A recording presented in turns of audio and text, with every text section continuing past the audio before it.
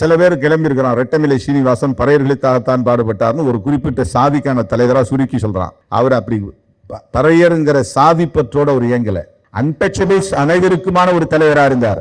பறையா என்கிற செல் என்பது ஒரு பொது சொல், காமன் டெர்மினாலஜி. அது உலகம் முழுக்க சர்வதேசம் முழுவதும் பயன்படுத்தக்கூடிய ஒரு பொது பெயர். அது அப்பெல்லாம் என்னென்ன சாதி இங்க இருக்குங்கிறது யாருக்கும் தெரியாது, பட்டியல்படுத்தப்படலை.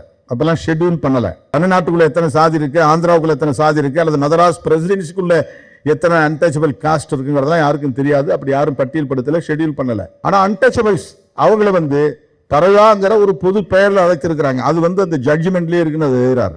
பறையர் என்கிற பொது பெயரால் குறிப்பிடப்படுகிறார். தமிழ் பேசுவரிடையே பறையர் என்கிற ஒரு குறிப்பிட்ட சாதி இருந்த போதும் மெட்ராஸ் மாகாணத்தில் அனைத்து தீண்ட தகாதவரையும், மெட்ராஸ் மாகாணத்தினா மெட்ராஸ் மட்டும் நினைக்காதீங்க, தமிழ்நாட்டை மட்டும் நினைக்காதீங்க. மெட்ராஸ் பிரசிடென்சி, ஆந்திரா, இன்றைய தெலுங்கானாவுடைய ஒரு பகுதி, கர்நாடகாவுடைய ஒரு பகுதி, கேரளாவுடைய ஒரு பகுதி, மொத்த தமிழ்நாடு எல்லாம் சார்ந்து சேர்ந்ததுதான் மதராஸ் பிரசிடென்சி.